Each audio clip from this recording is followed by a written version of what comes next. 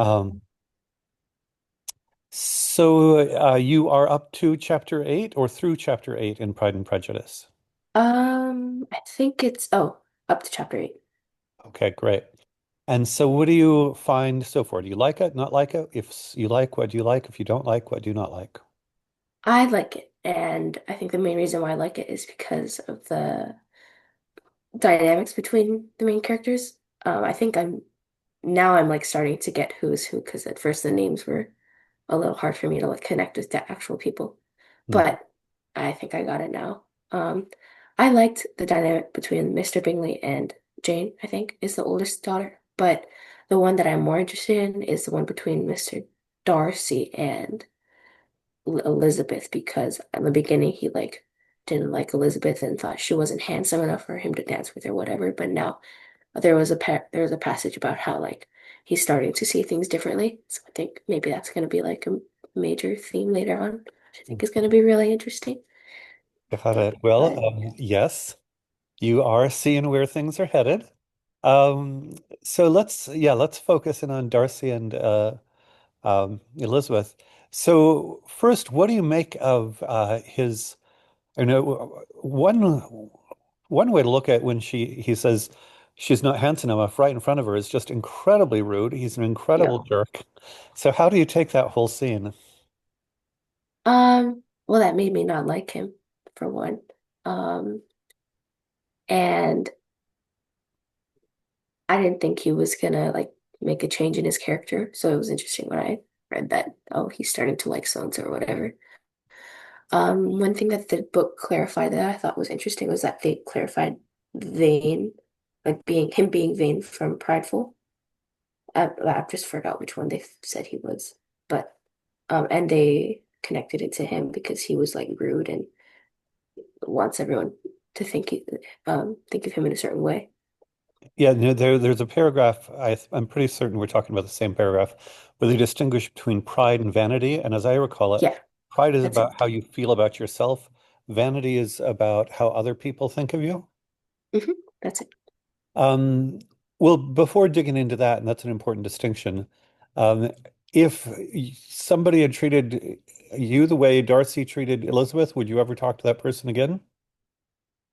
Excuse me. And probably not. I'd avoid them because, especially me, because I feel like I tend to hold grudges. So if someone said that about me, I probably wouldn't come back after that, even if it's been like a couple years. Uh, So, what do you think? But things are already shifting. We're only into chapter 8. Why do you th given that I think that's a natural response, is who would ever talk to this person again? Um, wh why are things shifting? shifting like in In their terms of Elizabeth, personalities. well, both Darcy, yes, two things. One is I forget exactly where it starts, but certainly Darcy is expressing more of an interest in Elizabeth. Hmm. But then I think Elizabeth is noticing that Darcy is more interested in her as well. Yeah. So, given how rude he started, why do things shift? I think that she was, I don't know if this is the right word, but she was apprehensive when she was talking to someone about how she noticed that Mr. Darcy was like listening in on her conversations and looking at her more, and she was just trying to ignore it, I think. Um, if I But, remember correctly. but you just said you would hold a grudge. So why does she even care if Darcy is listening to her conversations? Why doesn't she just, this is a horrible human being. I never want to interact with him again. I think it might because she is a little vain and wants to know what other people think about her, like how they were talking about in that paragraph. That was my Aha. first thought, anyways. So yeah, let's dig into pride versus vanity. So how do you understand the distinction between pride versus vanity then? I didn't really before that paragraph. Before I kind of thought vanity was just like thinking of yourself or thinking about your looks, like Narcissus kind of. I thought that Narcissus was like the definition of vain, but and I didn't really know how to distinguish that from words like pride. But now, after reading that one paragraph that we were talking about, that's kind of how I think about it. Do you think that pride is good or vanity is good or neither is good? I think both of them are good and can be considered bad in different situations, but I don't think it's necessarily bad. I think it's good to know what other people think about you because if you don't, I'm not saying it would like really, really influence how you'd act, but you'd probably act differently. And then how I think pride is how you think about yourself, right? Yeah. I think it's good to have a positive sense of pride, not negative. So let's go to your jujitsu and wrestling. Would you say you are proud or vain or neither about those? Um, well, I'm proud of my own accomplishments, and I'm aware in the sense that I'm vain. I think, but I don't like try to cheat when it comes to making other people think of me well, I guess. So give me the healthy version of pride in your accomplishments. I'm proud of myself for working hard and being able to achieve what I've done. Would you say you're also vain? Probably, maybe a little, because I love that people are always giving me compliments and saying, "Oh, you're so good, Alana." That's like basically that's like a big part of me. I love it when people give me compliments, just because I've gotten a lot in that sense. And are both equally you said they could either be good or bad. What's I guess I can see the good part of pride, proud in your accomplishments. What's the good part of vanity? A good part of vanity. I guess I said that because I thought, oh, it's like it's good to have a sense of what people think around you. Because if you don't, or you assume one thing and you're not actually looking, then you could assume bad things about people or about what they think of you. And so that would affect your relationship with them.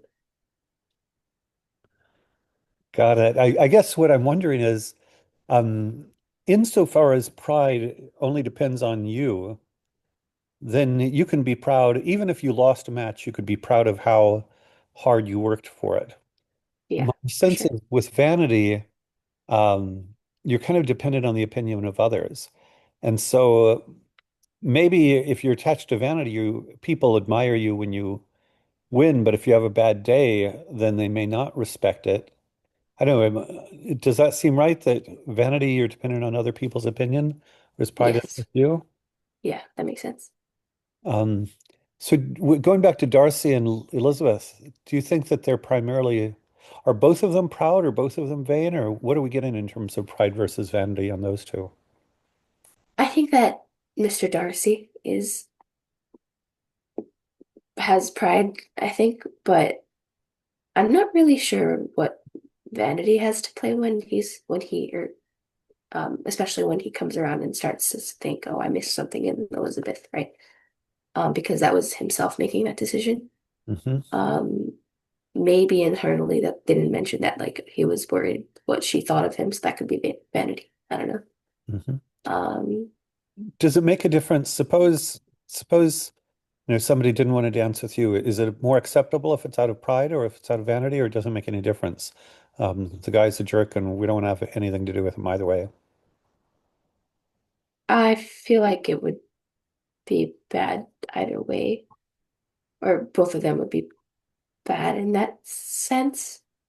I'm not too sure about the customs of that time when it's the sophisticated, I forgot what the word they use, the sophisticated practice to do was ballroom dancing, but refinement to do was ballroom dancing. But I like maybe there's a situation where Mr. Darcy doesn't want to dance with like I don't know, a family that doesn't have a lot of money. That would probably he doesn't want he doesn't want other people to think that he's like of world class or whatever.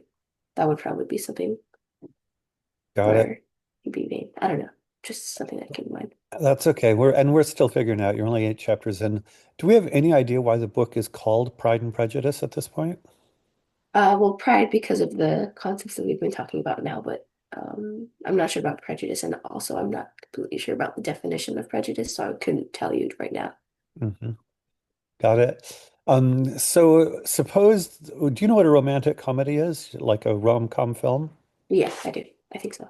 Do you tend to like romantic comedies or not so much, or sometimes yes, sometimes no? I've watched a few, and I like them. I think they're entertaining. Okay. Some people describe this as sort of one of the first romantic comedies. Does it make That's sense that funny. this would be a rom-com? Yeah, right now it does for sure.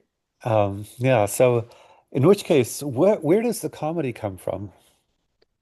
Um, I know you were talking about this a little bit last week, but maybe the comedy is just from. Honestly, I'm not sure. I'm not Totally sure fair. that what I think of comedy can be like directly related to the comedy in this book, No I guess. problem. But No I just problem. gotta widen my definitions, I guess. Well, I would say these are things to watch for as you continue reading. I assume that you look forward to reading more. Yes, for sure. Do you like Elizabeth? Yeah, I think so. What Yeah, I do. what makes you like Elizabeth?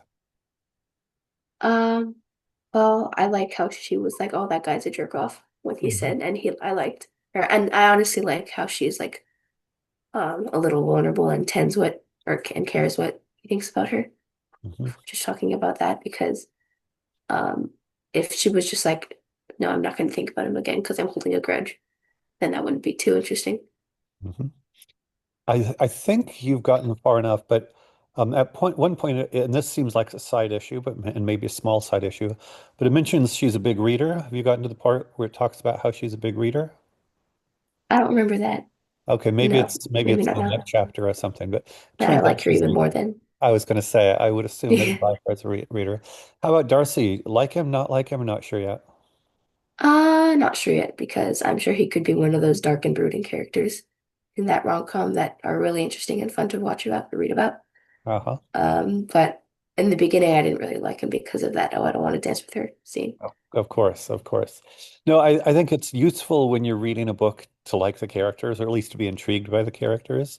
Yeah. Um, and any thoughts on Jane Austen's writing style? Um, Writing style is in lots of dialogue or lots of Or yeah, description. do you like the way she writes? Do you like the way the book Pride and Prejudice is written? Yeah, I like it. I know in the beginning there's a lot of dialogue. I like dialogue. Okay. Um, she described the ballroom, which was good for me because I don't really know what those look like. Okay. And the customs and what everyone was doing. So I like Cool. that. Cool. Well, in which case, I will let you keep reading and we'll check in next week and see how far you are and see where this is going. And Okay. if you still like both Elizabeth and Darcy as we keep going, okay? Okay. Got it. Thank Have a you. great week. Bye bye.